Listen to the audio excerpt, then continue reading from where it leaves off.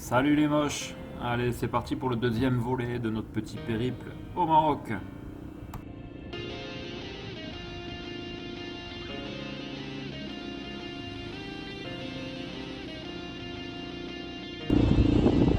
Monte, monte, monte, monte, monte.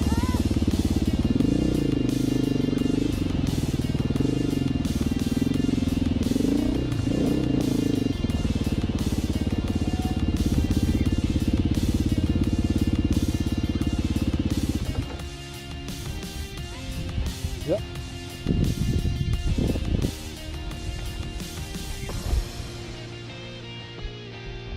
J'arrive.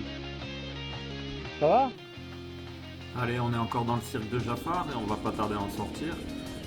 Et pour ça, on va arriver sur ce petit sentier où il y a eu un éboulement. Alors c'est bien connu de tous les mecs qui passent par ici et qui ont fréquenté un petit peu les forums qui parlent du Maroc. Bon, voilà le fameux bouli. Avant d'arriver à cette ravine, j'avais vu en bas qu'il y avait un moyen de passer par une coupe sur la droite. Alors c'est quand même une montée relativement raide, mais je savais dans tous les cas qu'on arriverait à passer pour contourner cet éboulement. Voilà, je te montre le fameux bouli. C'est ici que tout le monde bloque en fait. Bon, effectivement, c'est un peu compliqué. Voilà. C'était sûr. Compte du bon côté. Laisse tomber, c'était sûr. Je crois que je suis à 9 billets. 8 ou 9 billets. Ça, c'est la montée pour éviter les boulis. Alors, c'est un peu raide, mais ça passe.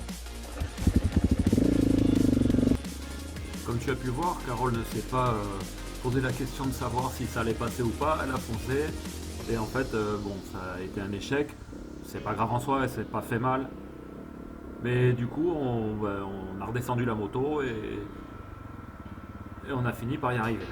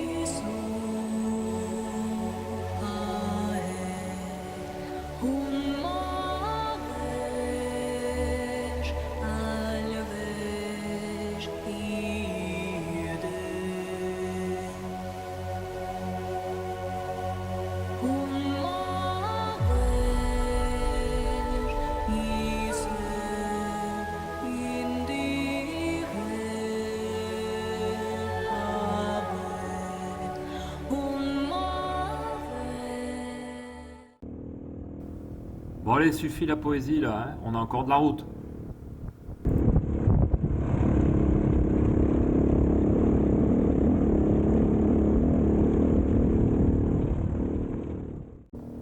En sortant d'Imilchil, on a fait une petite vingtaine de kilomètres de route avant de prendre la première piste qui allait nous amener vers la cathédrale.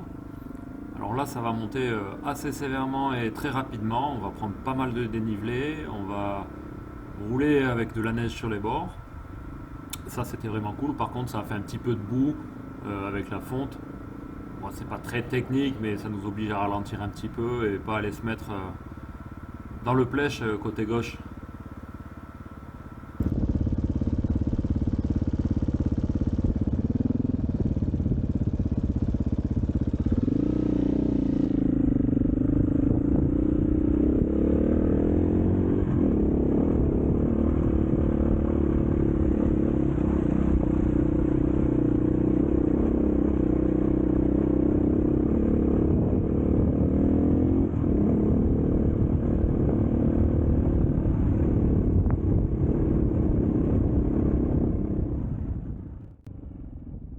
Allez, maintenant je te laisse profiter d'un petit run juste avec le bruit de la moto.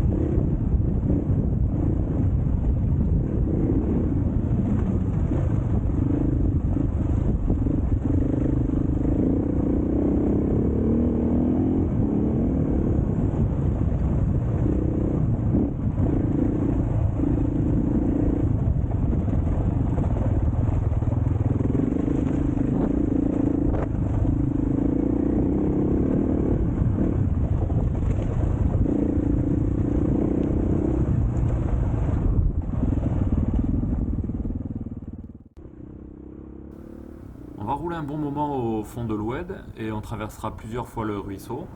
Et même si ça paraît pas sur la vidéo, en fait, il y a des passages qui sont bien techniques.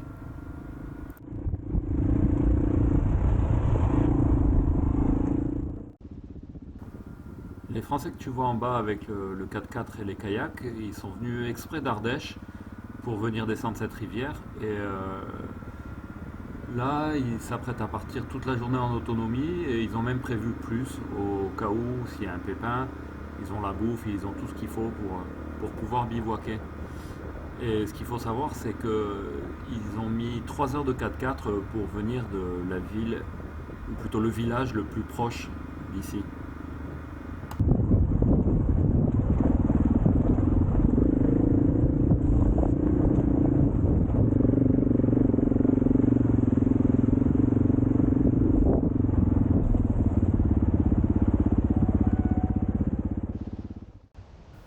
Je ne sais pas si tu vas bien voir sur la vidéo, mais dans la falaise qui est en face, il y a 2 grosses saignées, dont une où il y a carrément une habitation dedans.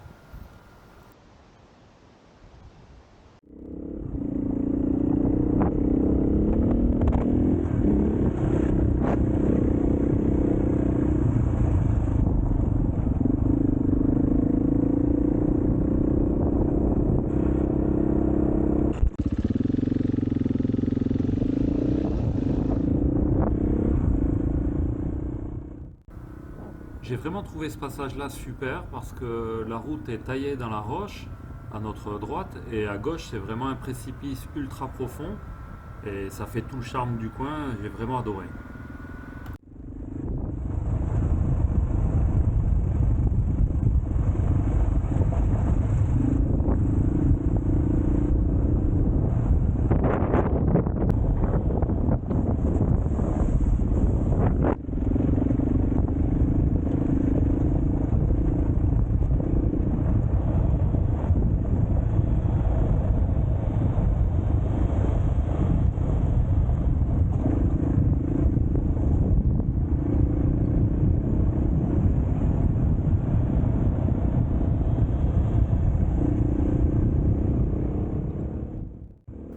On longera pendant un bon moment cette piste à flanc de falaise et on apercevra enfin le gros rocher qu'on appelle la cathédrale.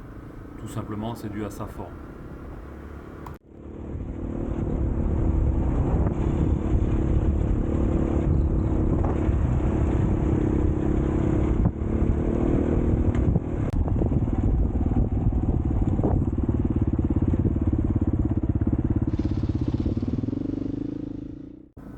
Après avoir contourné la cathédrale, on va prendre une nouvelle piste.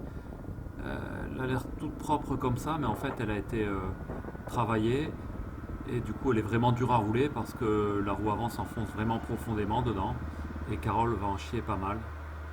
Du coup, on va s'arrêter là et faire une bonne pause ravitaillement. Après cette pause réparatrice, on va repartir sur la piste et ce sera la dernière avant de prendre la route pour aller jusqu'au petit village de Taban où on passera la nuit. Je te laisse profiter du paysage.